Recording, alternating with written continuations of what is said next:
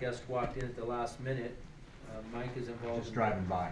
Yeah, the Annabelle River Pleistocene Project. Officially, Deborah is our liaison and shares information. Would you like to defer to Mr. Full to Completely, yes. share Thank what's you. up? Would you like to share what's up? Oh. River's open. Yay. Yeah, it's still flowing. Had the first trip down to the river today to make sure we could get access to it. It's swampy and hard to get to yet, but we did make it down there. We're putting in a crew tomorrow to float the section of the river that we normally look for fossils on. The river's still a good 1.5 feet higher than we want to see it before we can start our summer digs down there. But we could get to the river, we could get a boat on the river, so we're going to make sure there aren't any logs or jams or junk like that that'll keep us from doing the floats. We have a couple of your guys, Richard and Deborah, are going down the river in about, what, 2 weeks? A week from Monday. A week from Monday. Okay, well, let's hope it stays real hot between now and then. And water's plenty warm, but it's a little on the high side and a little on the swift side right now. We made it down to Ivory Beach, and that's where we're going to put the boat in. You remember Ivory Beach. And we accidentally found a chunk of a mammoth tusk and probably a metapodial off of probably a bison. We haven't extracted either of those from the sedimentation yet because I didn't have my GPS with me, and we always try to photograph them in situ before we move them. But gosh, if we found 2 fossils in 5 minutes, we're pretty happy that we're going to find some good stuff on the river this year when we get some folks down there. I wanted, the reason I wanted to come by today was I wanted to kind of catch you up on something that's going on. Does anybody here know about the shopping center that's going in Tualatin? I told him a little bit. A little bit about that. Okay, there's a huge shopping center going in Tualatin, and because it was going in Tualatin, and because Tualatin wants to be the western terminus of the Ice Age Floods National Park system, you guys know about that a little bit? Okay, good. I'm not going to go through the whole thing there. Basically, there's going to be a terminus in Missoula, Montana. There's going to, which will have an interpretive center.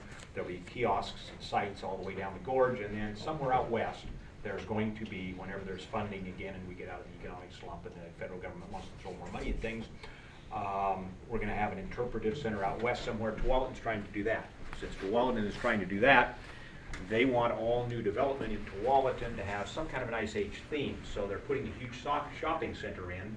CenterCal is doing it. Yes? No, it's just waiting goodbye. And CenterCal is doing it. That's the big, huge, multi-billion-dollar corporation that builds shopping centers. They've agreed to do a life-size brass sculpture of a subadult mastodon that'll be in their shopping center. That thing's got to cost just tens of thousands of dollars.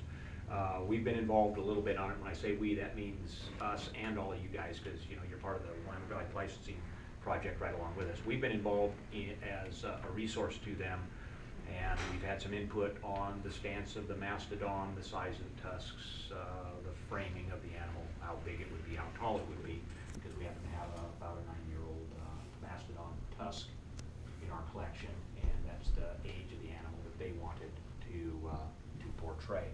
Also going in there is Cabela's, and Cabela's, when they came in,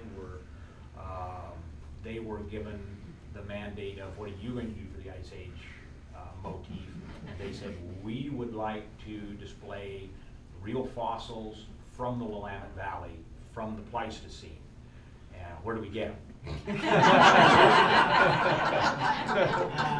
So the city of Tualatin said, we know, go to Mike Full, he'll give you his fossils. They called me up on the telephone and said, gee, we'd like to have some fossils to display in Cabela's, in Tualatin, can we have yours? And I said, well, not bloody likely. They're kind of one of a kind, and we keep them for the people in the state of Oregon not to be displayed somewhere. But, and this is where my alligator mouth overloaded my hummingbird brain. I said, yeah, but I could probably learn how to cast fossils for you. So, got a hold of the folks down at the University of Oregon, Edward Davis, Wynn, and Nick, 2 of the grad students down there, and we kind of put together fossil casting classes, and then they all went their separate ways and said bye. So I've been casting fossils for the last 2 months in every second of my spare time. I've sent 14 fossils off to Cabela's so far, and I have 2 left. The mammoth tusk that I've just got done, the McMinnville mammoth, I've just got done casting, and since I'm not sending this one off to Cabela's to be finished and sent out this way, I also took an airbrushing, dry brushing class, so now I'm painting fossils also. And a bison skull that will be starting tomorrow out of the woodburn bison. We've spent 3 weeks now completely restoring the woodburn bison skull. You may have, most of you have probably seen it. It was in pretty fragile condition, and now it's restored to the point where I believe we're going to be able to cast it without doing any damage to the skull at all, which is going to be very careful. And I'm going to have to give them pretty darned, this is going to be a real learning experience for me. Anyway, we're going to have that coming through there. Where that all ties in with this little group in here was that Cabela's asked me, or gave me basically free rein, to pick the most interesting fossils from the area. And so we decided to give them a mix of mammoth, mastodon, sloth, bison, for the big 4 of our megafauna in there. And to represent mammoths, we had a McMinnville mammoth tooth, the McMinnville mammoth tusk, and we've also selected baby Rose. Rose? No, I think we named it Baby Rose. Mastodon's name, or the mammoth's name is Baby Rose. We selected Baby Rose. You've seen your picture in this website, haven't you? We said right in the website, we're naming it Baby Rose. I haven't been on the website for a little while, so.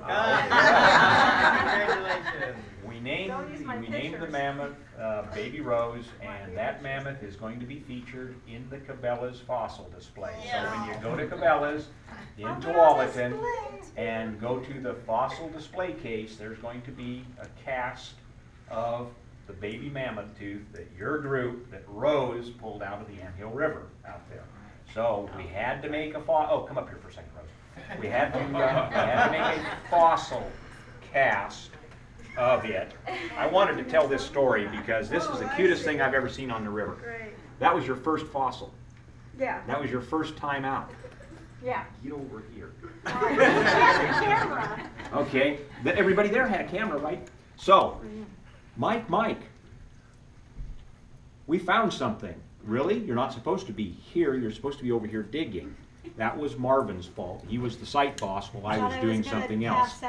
And so everybody buggered off. They went down to the river and were splashing and playing in the river. Rose is down there and said, oh look, I found a little tiny piece of petrified wood. Reaches down and pulls this thing out, and she's got actually the root of a baby mammoth tooth, and she's got the whole baby mammoth tooth hanging there like this. And they cleaned it off, and they were all taking pictures of it, and they called me over, and I said, my God, an absolutely exquisite baby mammoth tooth. This is one of the, undoubtedly, one of the finest baby mammoth teeth that has ever come out of North America. It is frigging exquisite. It is perfect. It is beautiful.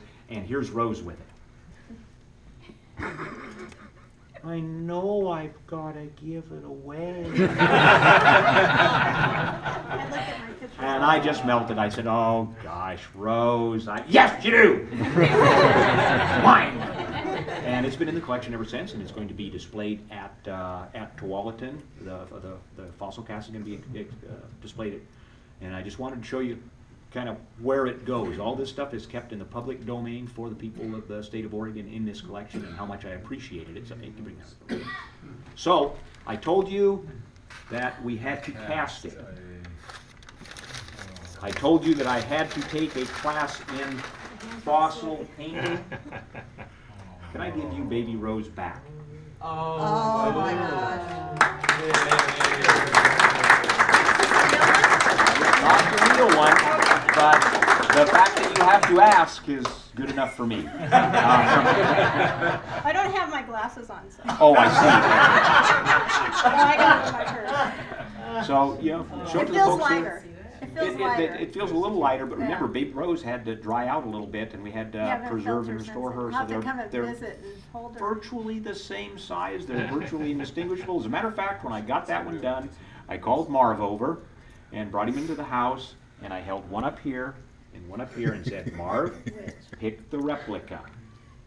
And he chose poorly.